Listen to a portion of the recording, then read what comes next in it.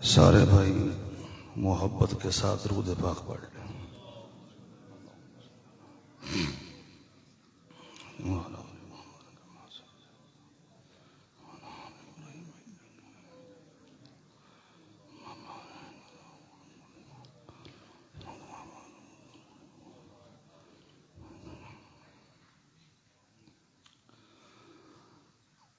الحمد لله الحمد لله رب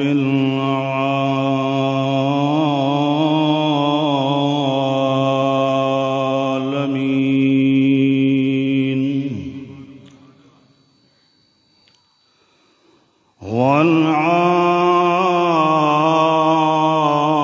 والعاقبة للمتقين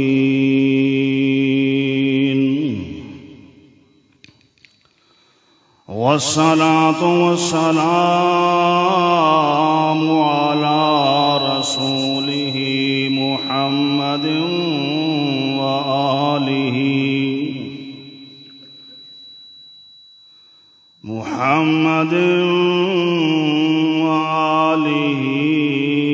وصحابه أجمعين.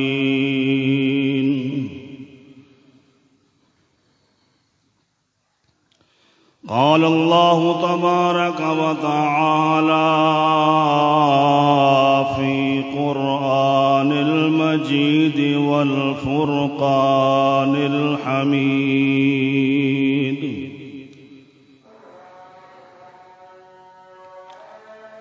سبحان الذي يسرى بعبده ليلا من المسجد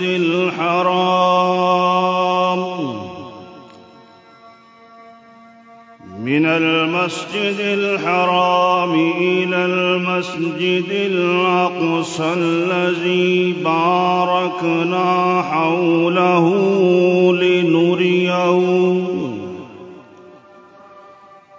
لنريه من آياتنا إنه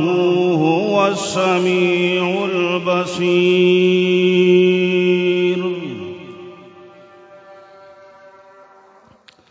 صدق الله مولانا العظيم وصدقنا رسوله النبي الكريم، ونحن ولا ذلك لمن الشاهدين والشاكرين،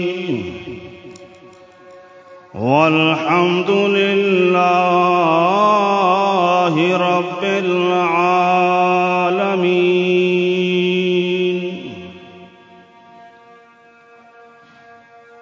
تمنا ہے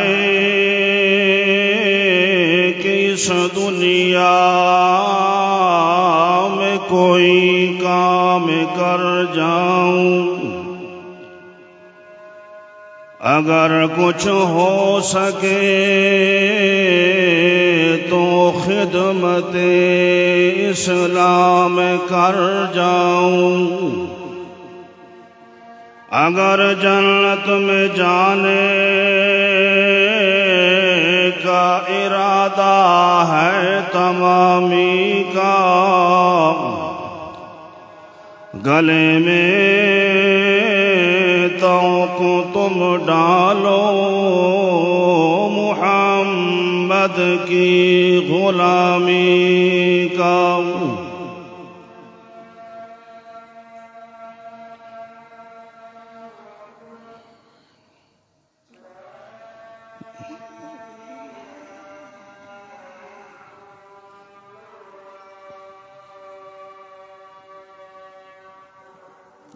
لا الہ الا اللہ. میرے معزز واجب الاحترام دوستوں اور بزرگوں، نوجوان ساتھیوں،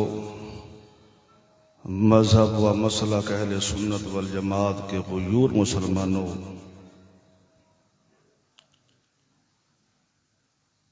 آج کا یہ جو پروگرام ہو رہا ہے معراج النبی صلی اللہ علیہ وسلم کے حوالہ سے ایک طویل المدت زمانہ سے یہ پروگرام اسی طرح الحمدللہ حضرت مخلص صاحب دامت برکاتہم اسی طرح اپنی جماعت کے ساتھ مل کر کرواتے ہیں۔ دعا ہے اللہ تعالیٰ اسی طرح اس گلشن کو آباد اور شاد رکھے۔ عزیزان محترم، مختصر سا ٹائم ہے اور اگر آپ ساتھی تھوڑا تھوڑا نزدیک ہو جائیں تو اس سے جو محفل کا رنگ ہے تو وہ بھی دوبالا ہو جاتا ہے۔ مسلمان ہیں اور یقین ہے تو پھر جو کوشش ہے وہ کم نہیں ہونی چاہیے، بلکہ جو کوشش ہے وہ زیادہ ہونی چاہیے۔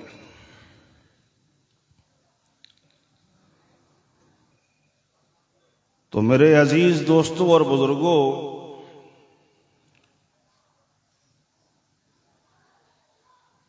اللہ تعالیٰ نے اپنے حبیب حضرت محمد الرسول اللہ صلی اللہ علیہ وسلم آپ کو معراج کروایا، اور یہ جو معراج تھا یہ حضرت آدم علیہ السلام سے لے کر حضرت عیسیٰ علیہ السلام تک جتنے بھی نبی اور رسول آئے معراج انہیں بھی ہوا، لیکن یہاں پر اللہ تعالیٰ نے محمد مصطفیٰ صلی اللہ علیہ وسلم جو آپ کو معراج کروایا، یہ ان تمام معراجوں سے مختلف کیوں؟ اس لیے کہ پہلے جتنے بھی معراج ہوئے وہ اسی زمین کے اوپر اللہ نے اپنے نبیوں کو کرائے، اور یہاں پر اللہ تعالیٰ جو اپنے حبیب محمد مصطفیٰ صلی اللہ علیہ وسلم آپ کو معراج کروانا چاہتا ہے، تو اس معراج کا تعلق اس زمین کے ساتھ نہیں بلکہ عالم ملکوت، اللہ پوری کائنات کی سیر کروانا چاہتا ہے۔ کیوں؟ اس لیے کہ مقصود کائنات یہی ذات گرامی محمد مصطفیٰ صلی اللہ علیہ وسلم ہے۔ اگر حضرت عیسیٰ علیہ السلام پہلے آسمان پر موجود ہیں تو یہ ان کا معراج ہے۔ اگر حضرت ایوب علیہ السلام کے جسم مبارک کے اندر وہ کیڑے پڑنے کا جو واقعہ ہے تو وہ حضرت ایوب علیہ السلام کو اللہ نے معراج کروایا۔ اگر حضرت نوح علیہ السلام کا تذکرہ کرتے ہیں تو جو لوگ انہیں روڑے اور پتھر مار مار کے حضرت نوح علیہ السلام کو مردہ سمجھ کر کوڑا کرکٹ کے اوپر پھینک جاتے ہیں تو یہ حضرت نوح علیہ السلام کا معراج ہے۔ اسی طرح جتنے بھی نبی آئے، حتیٰ کہ حضرت موسیٰ علیہ السلام کو اللہ نے معراج کروایا تو اسی زمین کے پہاڑ کو طور کے اوپر معراج کروایا، اور اسی طرح مختلف ادوار کے اندر جتنے بھی انبیاء کو اللہ تعالیٰ نے معراج کروایا تو اس معراج کا تعلق اسی زمین، یہی شجر، یہی حجر، یہی سمندر، یہی دریا، یہی آسمان اور یہی کائنات تھی جو اس زمین کے اوپر آباد ہے۔ لیکن جناب محمد مصطفیٰ صلی اللہ علیہ وسلم جب آپ کی باری آئی تو اللہ نے اس زمین کے اوپر معراج نہیں کروایا بلکہ رب کائنات نے جناب محمد مصطفیٰ کو اپنے پاس بلایا اور وہاں پر آپ کی اللہ نے میزبانی کی اور محمد مصطفیٰ کو اپنا مہمان بنایا۔ اور یہ اتنا بڑا معراج اور اتنا بڑا جو رتبہ ہے تو اسی لیے حضرت مولانا ادریس کاندھلوی رحمۃ اللہ علیہ آپ فرماتے ہیں کہ جتنی زیادہ اذیتیں اور تکلیفیں مکی زندگی کے اندر جناب محمد مصطفیٰ کو دی گئیں، کبھی کسی صحابی کے شہید ہونے کی المناک خبر ملتی ہے تو کبھی کسی صحابیہ رسول کی شہادت کی المناک خبر ملتی ہے، کبھی اطلاع ملتی ہے کہ حضرت بلال کو تپتی ہوئی ریت کے اوپر لٹا کر ان کے جسم مبارک کے اوپر بھاری بھاری پتھر رکھے جا رہے ہیں، کبھی کسی طرح کی المناک خبریں ملتی ہیں، کبھی کسی قسم کی ملتی ہیں، اور صحابہ کرام عرض کرتی ہیں اے خدا کے پاک پیغمبر اگر آپ ہمیں حکم دیں تو ہم ان کافروں کے ساتھ مقابلہ کریں، لیکن پیغمبر علیہ السلام ارشاد فرماتے ہیں نانا میرے صحابہ، اللہ فرماتا ہے ان اللہ مع الصابرین، نانا صبر کرو صبر کرو، کیوں؟ اس واسطے فرمایا کہ اللہ صبر کرنے والوں کے ساتھ ہے۔ 10 سالہ زندگی گواہ ہے محمد مصطفیٰ صلی اللہ علیہ وسلم کی اتنی زیادہ اذیت، یہاں تک کہ خود اپنی زبان نبوت سے ارشاد فرمایا کہ حضرت آدم علیہ السلام سے لے کر حضرت عیسیٰ تک جتنے بھی انبیاء کو تکلیفیں دی گئی اور ابتلاء آزمائشوں کے اندر ڈالا گیا وہ سب ایک طرف ہے، اور جتنی اذیت اور تکلیف میں محمد مصطفیٰ کو دی گئی ہے وہ اور کسی کو اتنی نہیں دی گئی۔ تو پتہ چلا پھر کتنی زیادہ تکلیف تھی، تو اسی حساب سے اللہ تعالیٰ نے پھر عروج بھی کروایا، اسی حساب سے اللہ نے عروج بھی کروایا۔ تو اسی لیے قرآن مجید کے اندر جو واقعہ بیان کیا گیا ہے اسرا، اور اسی لیے حضرات علماء کرام فرماتے ہیں کہ جو مکہ بیت اللہ سے مسجد اقصی تک کا جو سفر ہے اسے اسرا کہا جاتا ہے، اور مسجد اقصی سے پھر 7ویں آسمان تک عرش رحمان تک جو سفر کیا گیا اس کو معراج کہا جاتا ہے، اور کبھی کبھی دونوں کو معراج یا دونوں کو اسرا کہہ دیا جاتا ہے۔ تو بہرحال عزیزان محترم، اللہ نے بہت بڑا مرتبہ دیا نبی صلی اللہ علیہ وسلم، تو اس لیے اب وہاں پر یہ بات کہنے کی گنجائش باقی نہیں بچتی کہ محمد مصطفیٰ صلی اللہ علیہ وسلم کا کتنا مقام اور کتنا مرتبہ ہے، جہاں پر اللہ فرماتا ہے فَكَانَ قَابَ قَوْسَيْنِ أَوْ أَدْنَىٰ، جہاں پر اللہ نے تمام فاصلے اور تمام حدیں خود رب رحمان نے ختم کر دی۔ اب وہاں پر ہمارے لیے یہ کلام کرنے کی گنجائش نہیں ہے کہ نبی صلی اللہ علیہ وسلم کا مقام کیا ہے، وہ مقام تو وہ ہے جو رب رحمان بیان کرتا ہے، ہم اور تم کیا مقام بیان کرتے ہیں۔ تو بہرحال رسول اللہ صلی اللہ علیہ وسلم معراج پر گئے،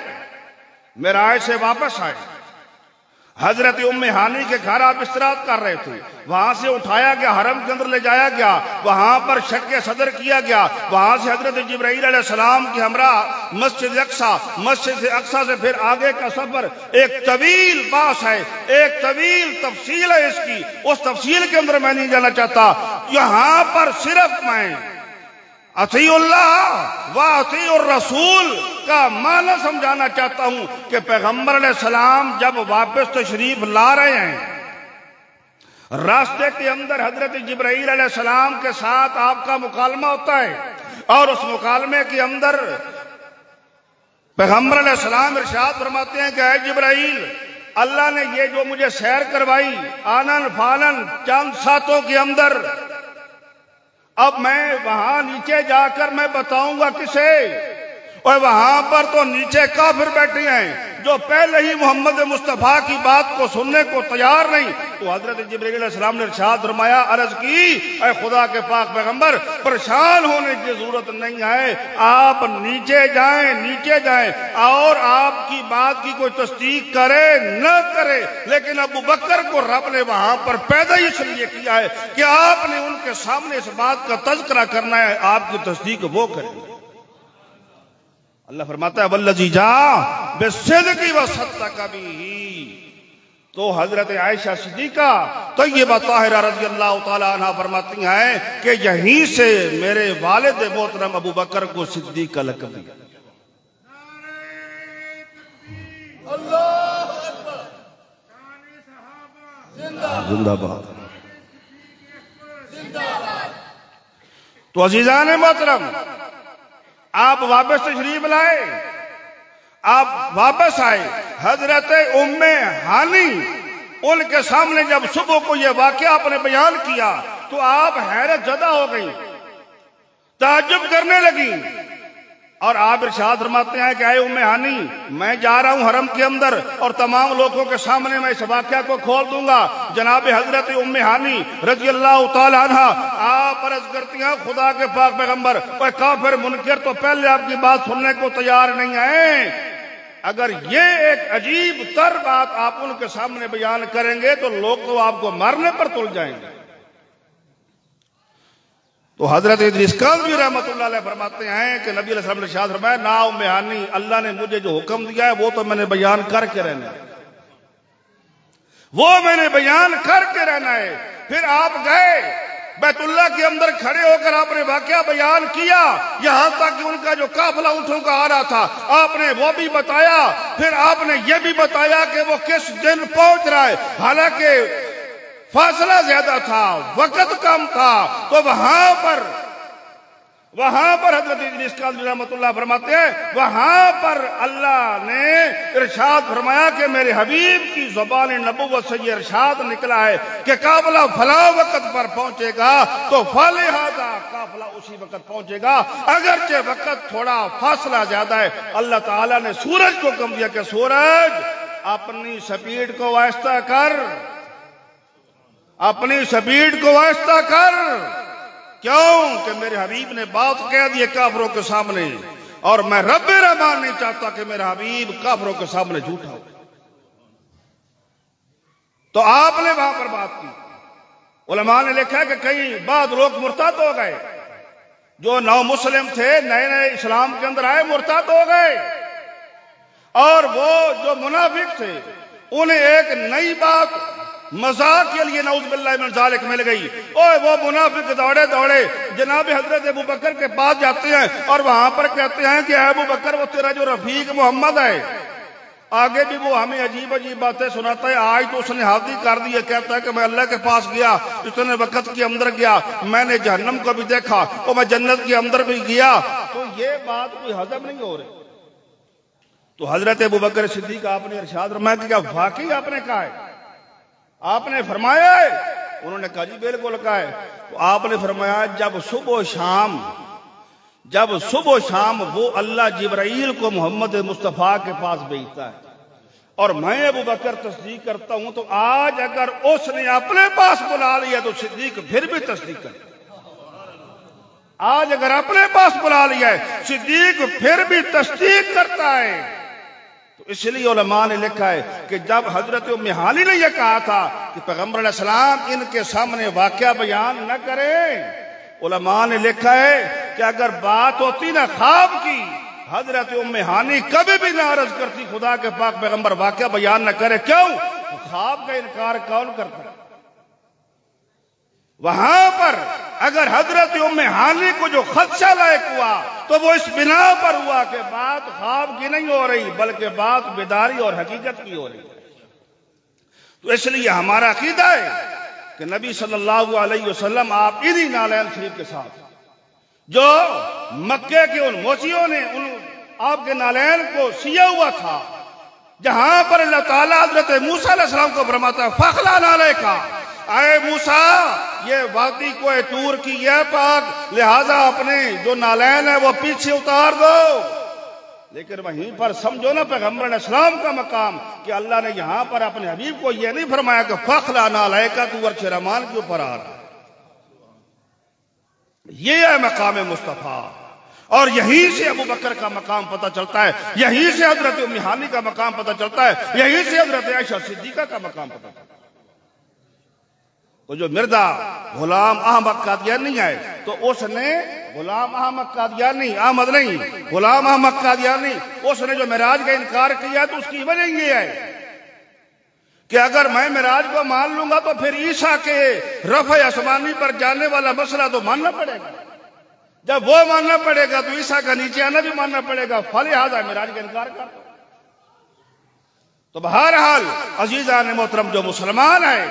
جس نے محمد مصطفیٰ کا سچے دل سے کلمہ پڑھا ہوا ہے اس کا ایمان ہے کہ محمد مصطفیٰ اسی وجود مسعود کے ساتھ، انہی نالین کے ساتھ، انہی جوڑے شریفوں کے ساتھ آسمانوں پر گئے، رب رحمان نے میزبانی کی اور محمد مصطفیٰ وہاں پر مہمان بنے، وہاں پر آپ مہمان بنے۔ تو جب آپ واپس آئے نا، نہیں، جب آپ وہاں پر گئے، آپ نے جہنم کو دور سے کھڑے ہو کر دیکھا تو آپ نے ارشاد فرمایا حضرت انس کہ اے انس، میں نے دیکھا کہ جہنم وہ بھانبڑ مار رہی تھی اپنے پورے جوش کے ساتھ۔ پھر میں جنت کے اندر گیا، تو جب وہاں پر میں گیا تو وہاں پر کسی کے چلنے کی مجھے آواز آئی، تو میں نے جبرائیل میں نے اس رضوان سے پوچھا کہ اے رضوان، یہ جنت کے اندر کون چل رہا ہے؟ تو انہوں نے عرض کی اے خدا کے پاک پیغمبر، جنت کے اندر آپ کے سوا تو کوئی بھی ہے اور نہ ہی کوئی پہلے جا سکتا ہے، یہ جس کے چلنے کی آہٹ ہے یہ ہے آپ کا غلام بلال، کہ چلتا تو مدینے کی گلیوں میں ہے لیکن اس کی آہٹ اللہ تعالیٰ جنت کے اندر محمد مصطفیٰ کو سنا۔ پھر حضرت فاروق اعظم پاس بیٹھے، تو آپ بھی بطور خوشی کے پوچھ رہے تھے کہ پھر آپ نے کیا دیکھا، پھر آپ نے کیا دیکھا؟ تو آپ نے ارشاد فرمایا کہ اے فاروق اعظم، پھر میں نے جنت کے اندر تیرا محل بھی دیکھا۔ اے فاروق اعظم، میں نے جنت کے اندر تیرا محل بھی دیکھا، لیکن میں اندر نہیں گیا۔ تو حضرت فاروق اعظم عرض کرتے خدا کے پاک پیغمبر، آپ اندر کیوں نہیں گئے؟ میرے ماں باپ پر قربان ہو، آپ اندر کیوں نہیں گئے؟ جاتے تو دیکھتے کہ وہ کیسا محل تھا، کتنا خوبصورت تھا۔ تو نبی علیہ السلام نے ارشاد فرمایا کہ اے عمر، مجھے تیری غیرت کا خیال آ گیا۔ تو آپ کی مبارک آنکھوں سے آنسو جاری ہوئے اور رو کر عرض کرتے ہیں خدا کے پاک پیغمبر، بھلا عمر کی کیا مجال ہے کہ محمد مصطفیٰ کے اوپر غیرت کرے؟ یہ ہے مقام مصطفیٰ اور یہ ہے مقام صحابہ۔ اس لیے ہم اہل سنت والجماعت کا عقیدہ ہے کہ ہماری ایک آنکھ کا نور محمد مصطفیٰ کے اہل بیت اور ہماری ایک آنکھ کا نور محمد مصطفیٰ کے صحابہ۔ گھر والے بھی گھر والے تب بنتے ہیں جب اطاعت کے اندر آئے، اور جب اطاعت کے اندر نہ آئے تو پھر گھر والے بھی گھر والے نہیں رہتے، اور اگر در والے اطاعت کے اندر آ جائیں تو پھر در والے بھی نہیں رہتے، میں کہتا ہوں وہ بھی گھر والے بن جاتے۔ تو یہ چیز ہے۔ تو بہرحال عزیزان محترم، یہ مختصر انداز کے اندر میں نے آپ لوگوں کے سامنے واقعہ معراج کے اوپر تھوڑی سی روشنی ڈالی ہے۔ تو ہماری کیا حیثیت ہے کہ ہم ان چیزوں کو بیان کر سکیں یا ان کی تفصیل کو ہم لوگ بیان کر سکیں؟ تو کوشش ہوتی ہے اس چیز کی کہ اللہ تعالیٰ اگر ہم مسلمانوں کو اس چیز کے لیے قبول کر لے تو یہ ہمارے لیے بہت بڑا انعام ہے۔ تو بہرحال اللہ پاک سے دعا ہے رب کریم مجھے اور آپ کو حق بات کہنے کی، عمل کرنے کی توفیق عطا فرمائے۔ وآخر دعوانا ان الحمدللہ رب العالمین۔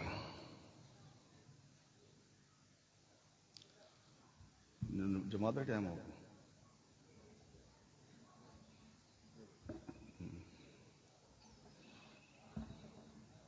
جی،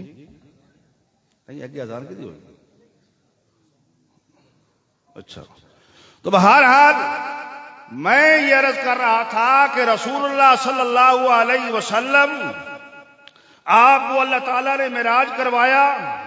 اور علماء مفسرین نے لکھا ہے کہ رسول اللہ صلی اللہ علیہ وسلم آپ کو کم و بیش 4 مرتبہ، کم و بیش، یہ روایات کے اندر اختلاف ہے، کم و بیش 4 مرتبہ رسول اللہ صلی اللہ علیہ وسلم کو معراج ہوا۔ سورج ہے نا، سورج تو یہ ایک جسم رکھتا ہے، جسم کثیف رکھتا ہے، ثقیل رکھتا ہے۔ کوئی سورج کے ہاتھ پاؤں ہیں؟ سورج کے ہاتھ پاؤں ہیں؟ ہم دیکھ رہے ہیں کہ سورج یہاں سے وہاں پر جا رہا ہے، وہاں سے یہاں پر آ رہا ہے، فضا کے اندر یہ حرکت کر رہا ہے۔ تو علماء محدثین نے لکھا ہے کہ یہ جو 4تھی مرتبہ یا 3ری مرتبہ حضرت ام ہانی آپ کے گھر سے بیت اللہ کے اندر لے جانے کے بعد وہاں پر جو یہ شک صدر آپ کا کیا گیا، وہاں پر ہمارے علماء اہل سنت فرماتے ہیں کہ وہاں پر پھر آپ کا قلب مبارک نکالا گیا، پھر اس کے اندر وہ حکمتیں اور وہ صلاحیتیں بھری گئیں کہ جن کا تعلق عالم ملکوت کے ساتھ تھا۔ بھائی یہ جسم گیا، یہی جسم گیا، یہی آپ کے نالین تھے، یہی آپ کے کپڑے مبارک تھے، اور یہی انسانی جسم تھا، یہی حضرت آدم علیہ السلام کے فرزند ارجمند تھے، جن کے دل کے اندر اللہ تعالیٰ نے وہ حکمتیں اور وہ صلاحیتیں بھری کہ جب اوپر جائیں گے تو کوئی بھی چیز دیکھ کر آپ ڈر نہ جائیں، آپ ڈر نہ جائیں۔ تو اسی لیے حضرت ادریس قاضوی فرماتے ہیں کہ جب آپ پہلے آسمان پر گئے تو وہاں کے فرشتوں کو آپ نے قیام کے اندر دیکھا، پھر دوسرے آسمان کے اندر گئے تو وہاں پر جو فرشتے تھے ان کو آپ نے رکوع کے اندر دیکھا، پھر اگلے آسمان پر گئے ان کو قومے کے اندر دیکھا، پھر اگلے آسمان کے اندر گئے وہاں پر جلسے کے اندر دیکھا، پھر اگلے آسمان کے اندر گئے وہاں پر سجدے کے اندر دیکھا۔ یعنی جو ہماری نماز ہے، جو ہماری نماز اور نماز کے جو ارکان ہیں، امام الانبیاء نے ارشاد فرمایا وہ میں نے فرشتوں کو دیکھا، اور جو فرشتہ قیام کے اندر ہے وہ قیامت تک قیام کے اندر ہی ہے، اور جو فرشتہ سجدے کے اندر ہے وہ قیامت تک سجدے کے اندر ہے، جو فرشتہ رکوع کے اندر ہے وہ قیامت تک رکوع کے اندر ہے، اور جو جلسے کے اندر ہے وہ قیامت تک جلسے کے اندر ہے۔ تو رسول اللہ نے ارشاد فرمایا اللہ نے مجھے یہ نمازیں دی، اور ان نمازوں کی ایک رکعت کے اندر فرشتوں کے سارے ارکانوں کو اللہ نے جمع کر دیا، تاکہ اس امت مرحومہ اور فرشتوں کی جو نماز ہے وہ ایک جیسی ہے۔ تو پتہ چلا کہ جو ہم مسلمان عبادت کرتے ہیں، جو ہم مسلمان عبادت کرتے ہیں، اللہ کے فرشتے بھی یہی عبادت کرتے ہیں، اللہ کے فرشتے بھی یہی عبادت کرتے ہیں جو ہم مسلمان کرتے ہیں۔ وہ کوئی فرشتہ رکوع کے اندر ہے، لیکن ان فرشتوں کا رکوع بھی ایک رکعت بھی اللہ نے ہمیں عطا کر دیا، ان کا سجود بھی ایک رکعت کے اندر اللہ نے ہمیں عطا کر دیا، ان کا قامہ جلسہ قعدہ بھی اللہ نے ایک رکعت کے اندر ہمیں عطا کر دیا۔ تو اسی لیے رسول اللہ صلی اللہ علیہ وسلم جس وقت اوپر گئے، حضرت ساتویں آسمان کے اوپر، چھٹے کے اوپر حضرت موسیٰ سے ملاقات ہوتی ہے، اور ساتویں کے اوپر حضرت ابراہیم علیہ السلام کے ساتھ ملاقات ہوتی ہے۔ حضرت ابراہیم علیہ السلام بیت المعمور کی دیوار کے ساتھ ٹیک لگا کر آپ آرام کر رہے ہیں، اور کچھ جو مسلمانوں کے بچے ہیں وہ بھی حضرت ابراہیم علیہ السلام کے پاس بیٹھے ہوئے ہیں۔ حضرت ابراہیم علیہ السلام نے کوئی زیادہ کلام اور گفتگو نہیں کیا، اس لیے علماء نے لکھا ہے کہ ساتویں آسمان کے اوپر بالکل اسی بیت اللہ کے محاذات کے اوپر اللہ نے بیت المعمور کو رکھا ہوا کہ جس کا طواف 70,000 فرشتے کرتے ہیں، اور جو 70,000 ایک مرتبہ طواف کرتے ہیں پھر قیامت تک ان کی باری نہیں آتی۔ اور اس بیت المعمور کے پاس اللہ نے حضرت ابراہیم علیہ السلام کو بٹھایا۔ سمجھنا اوے مسجدوں کی تعمیر کرنے والوں، اوے مسجدوں کی خدمت کرنے والوں، مدارس کی خدمت کرنے والوں، اخلاص کے ساتھ کام کرنے والوں، تو علماء نے لکھا ہے حضرت ابراہیم کو اللہ نے بیت المعمور کے پاس تو بٹھایا ہے، تو وہ بدلہ ہے اس بیت اللہ کی تعمیر کا، وہ بدلہ ہے اس بیت اللہ کی تعمیر کا، کہ جتنا بڑا یہاں پر کام اللہ نے آپ سے لیا ہے اسی حساب سے اللہ نے مرتبہ بھی دیا۔ آگے چلے گئے، تو جب آگے گئے 50 نمازیں لے کر آئے، حضرت ابراہیم نے پھر بھی گفتگو نہ فرمائی، لیکن موسیٰ کلیم اللہ کلام کرنے والے وہ رہ نہ سکے، انہوں نے پوچھ لیا کہ اے بھائی محمد مصطفیٰ اللہ نے کیا عطا کیا ہے؟ تو آپ نے ارشاد فرمایا کہ اے موسیٰ بھائی اللہ نے 50 نمازیں دی ہیں۔ انہوں نے عرض کی اے محمد بھائی آپ کی جو امت ہے وہ میری امت سے کمزور ہے، آپ کی امت میری امت سے کمزور ہے، فلہذا اب وقت ہے، اب وقت ہے واپس آئیں۔ حضرت ادریس قاضوی فرماتے ہیں کہ 9 مرتبہ محمد مصطفیٰ واپس گئے، 9 مرتبہ، اور جب 5 رہ گئی اللہ نے ارشاد فرمایا ہے میرے حبیب اب یہ 5 لے جا، اور جو بھی تیرا امتی پڑھے گا 5 ثواب میں 50 نمازوں کا دوں گا۔ تو موسیٰ علیہ السلام کے پاس پھر آئے تو آپ نے عرض کیا اے محمد بھائی آپ بتائیں 5 رہ گئی، انہوں نے کہا 5 بھی زیادہ ہیں۔ تو رسول اللہ صلی اللہ علیہ وسلم آپ نے ارشاد فرمایا موسیٰ بھائی اب مجھے شرم آتا ہے،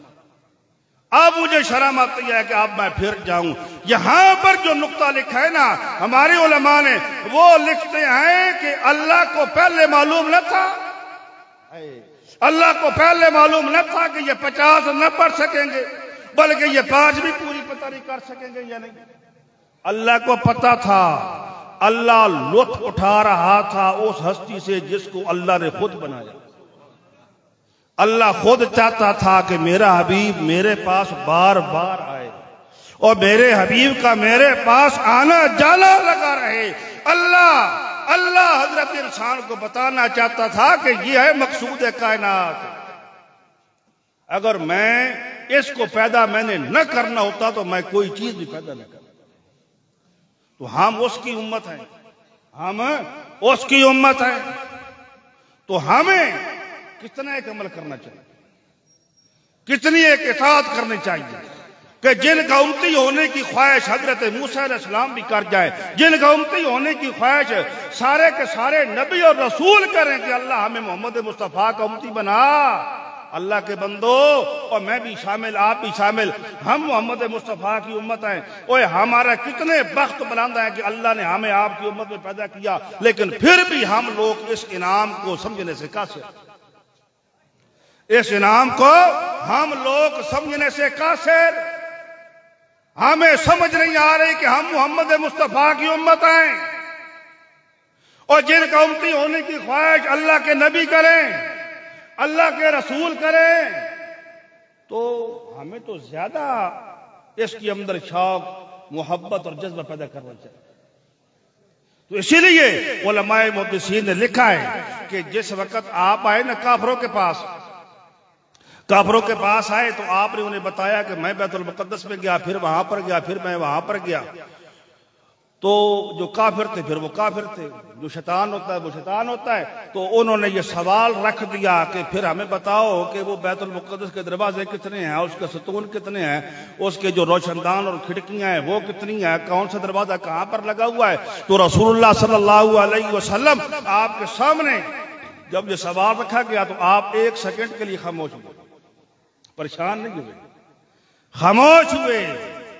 میں کہتا ہوں اللہ نے ارشاد فرمایا, اے میرے حبیب پریشان نہیں ہونا, پریشان نہیں ہونا.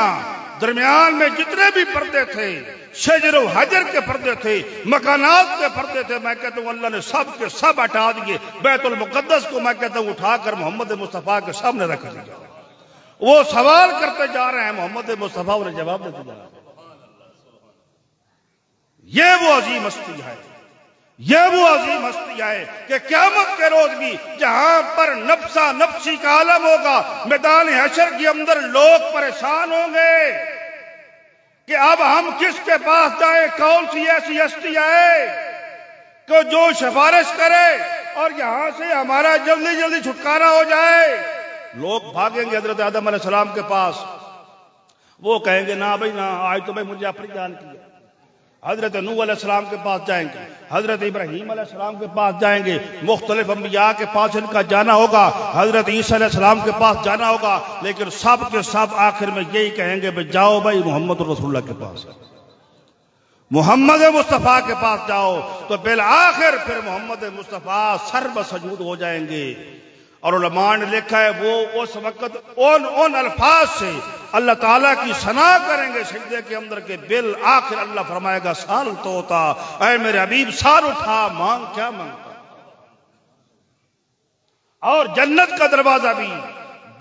دروازہ بھی کسی انسان کے واسطے نہیں کھولا جائے گا. سب سے پہلے اگر جنت کا دروازہ کھولا جائے گا تو محمد مصطفیٰ کے واسطے کھولا جائے گا. اور دوسرے نمبر پر جس کے لیے جنت کا دروازہ کھولا جائے گا اور جو دوسرے نمبر پر جنت کے اندر داخل ہوگا اس کا نام حضرت ابو بکر صدیق ہوگا. حضرت ابو بکر صدیق ہوگا کہ جن کے متعلق علماء محدثین نے لکھا ہے کہ ایک مرتبہ نبی صلی اللہ علیہ وسلم آپ نے حضرت عائشہ صدیقہ سے ارشاد فرمایا کہ اے عائشہ بتا کہ جتنے آسمان کے ستارے ہیں کیا اس کے برابر بھی کسی انسان کی نیکیاں ہیں, اور کیا یہ گنتی کے اندر شمار کے اندر آ سکتے ہیں. حضرت عائشہ صدیقہ نے بڑے تعجبانہ انداز کے اندر عرض کی, اے خدا کے پاک پیغمبر بھلا ستاروں کی گنتی کون کر سکتا ہے. تو آپ نے ارشاد فرمایا اس دنیا کے اندر اگر ستاروں کے برابر کسی انسان کی نیکیاں ہیں تو وہ تیرا والد ابو بکر ہے.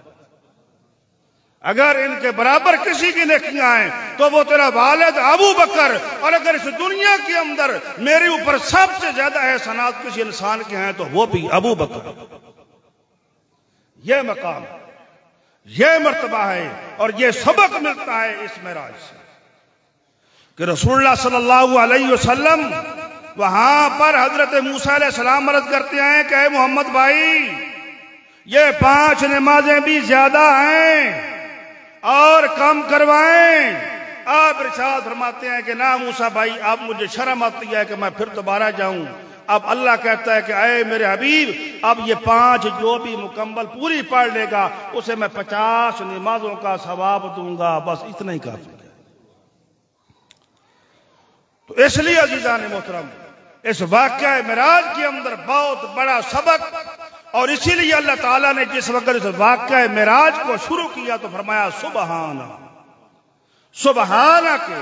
ساتھ شروع کرنے کا مقصد یہی ہے کہ اللہ خود فرمانا چاہتا ہے کہ انسانوں، اور کسی انسان کے بس کی بات نہیں ہے اپنے جسم کو اوپر اٹھا کر لے جانا، اور یہ تو رب رحمان کا کام ہے، جس کو جہاں پر مرضی چاہے اٹھا کر لے،